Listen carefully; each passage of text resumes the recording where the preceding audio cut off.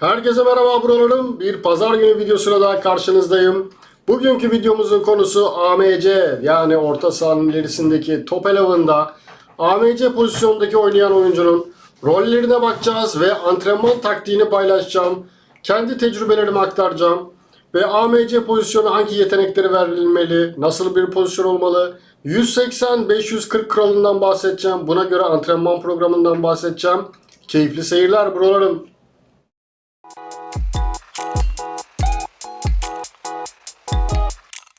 Düz bir AMC'de alacağı özellikler tamamen bunlar buralarım. Yani koyu griler görüyorsunuz, bu koyu gri açık gri dengesi bayağı önemlidir.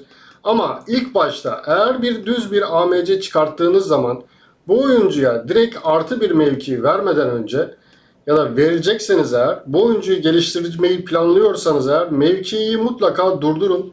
Mevkiyi ya da henüz vermeyin. Önce bir AMC'de istediğiniz mevkilerin, istediğiniz yetenekleri arttırın.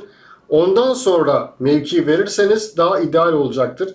En azından böylelikle antrenmanlarda açık olan griler daha hızlı yetenek alacakları için, beceri alacakları için daha böyle sizin istediğiniz gibi bir oyuncu olacaktır. O yüzden yetenek konusunda, yani mevki konusunda artı bir mevki vermeden önce mutlaka istediğiniz yeteneklerin antrenmanlarını yaptırın.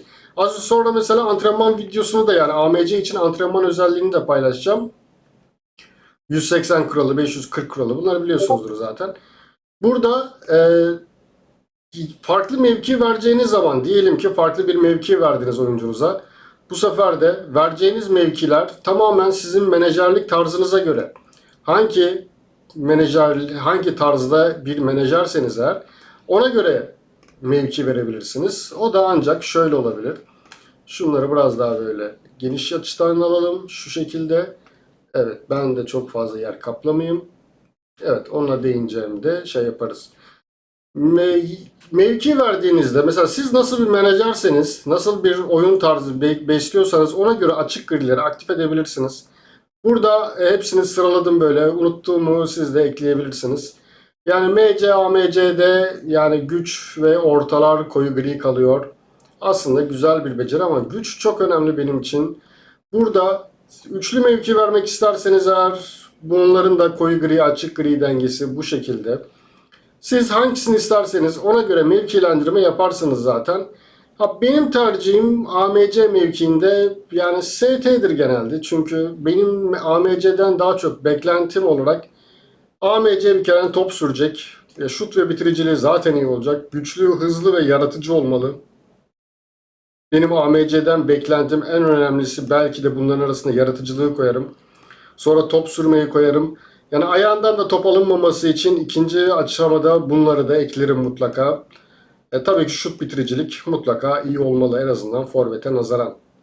O yüzden çift mevki verirsem eğer AMC ST öneririm. Kendim daha çok bunu tercih ederim. Ama daha çok üçlü mevki vereceksiniz de eğer.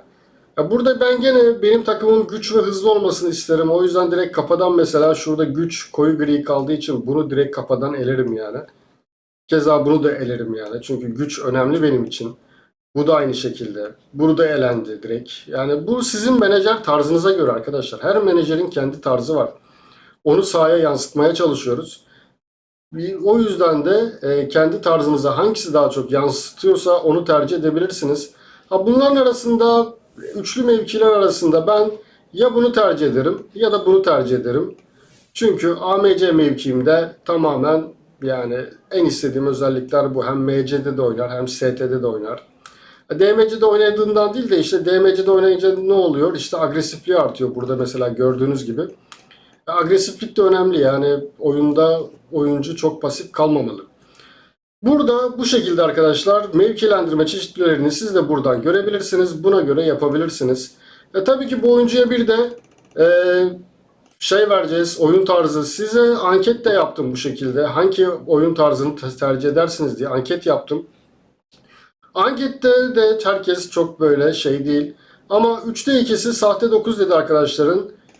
3'te 2'si sahte 9'u tercih etti. Bunun da çoğunlukla nedeni zaten ST'de oynadığı için daha çok tercih ettiğini düşünüyorum. ST'deki pozisyonuyla alakalı.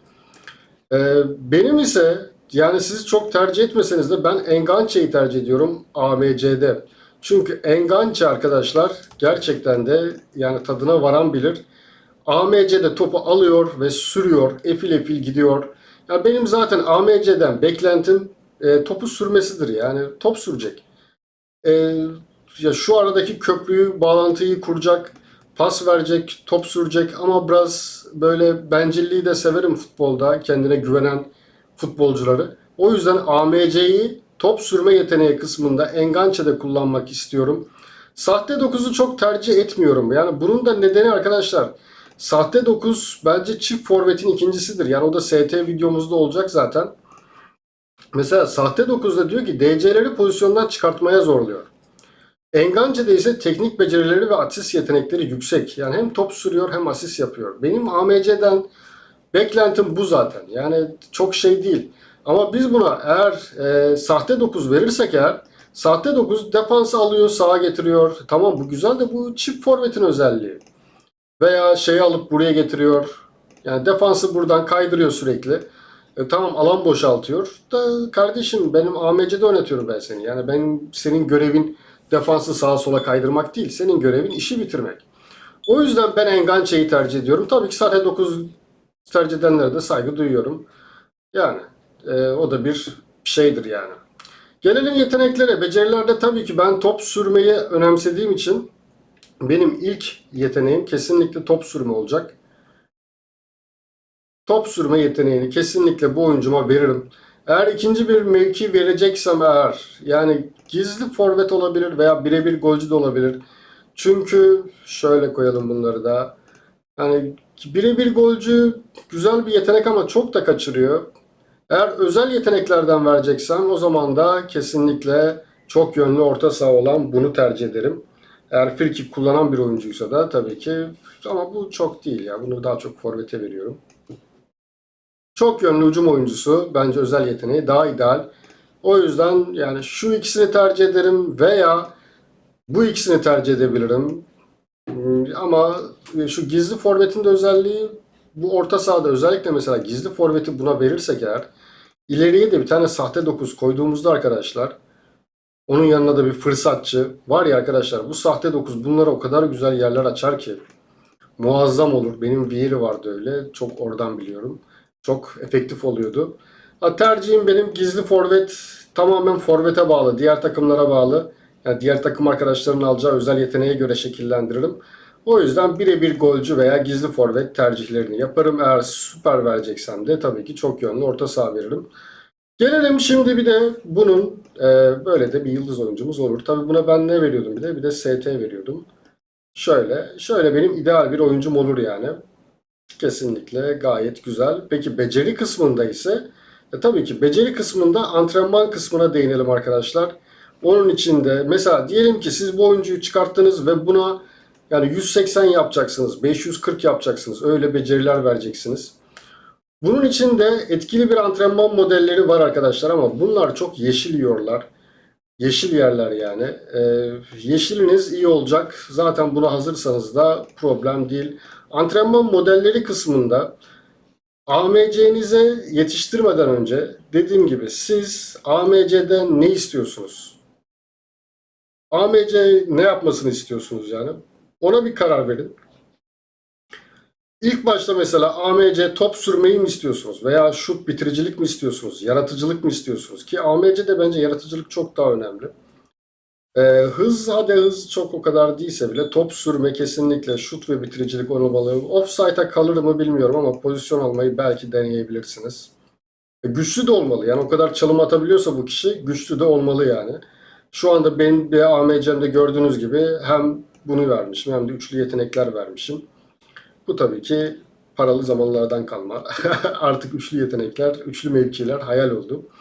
Siz oyuncunuzdan ne istediğinize bağlı. Pas verme ve top sürme istiyorsanız, şut ve bitiricilik istiyorsanız, yaratıcılık istiyorsanız eğer burada bakın arkadaşlar 4-5 tane özellik saydık. O zaman bu 5 tane özelliğe bağlı antrenman modeli geliştireceğiz.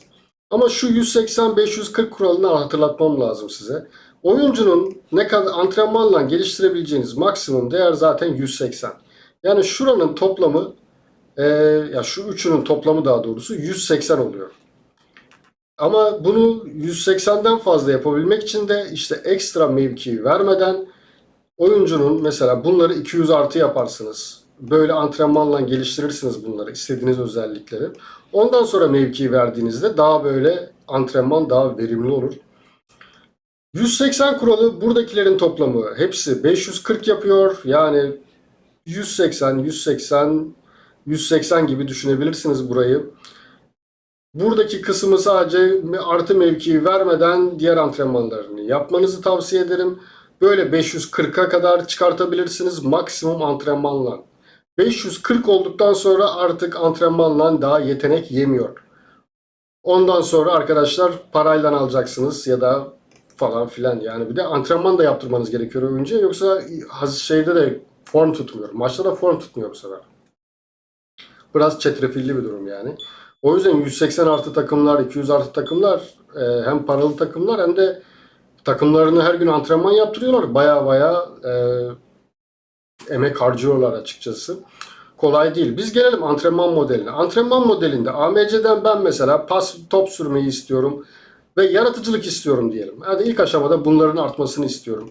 Arkadaşlar antrenman modelimizde AMC oyuncumuzu seçtikten sonra şurada gördüğümüz bunların hepsini siz kendiniz yapabilirsiniz. Zaten oyun simülasyon oyunu. Yani maçta izlediniz mesela AMC pozisyonunda top ayağına alıyor, sağa sola bakıyor, hiçbir şey yapmıyor. Bu sefer ne demek? Yaratıcılığı düşük demek bunun.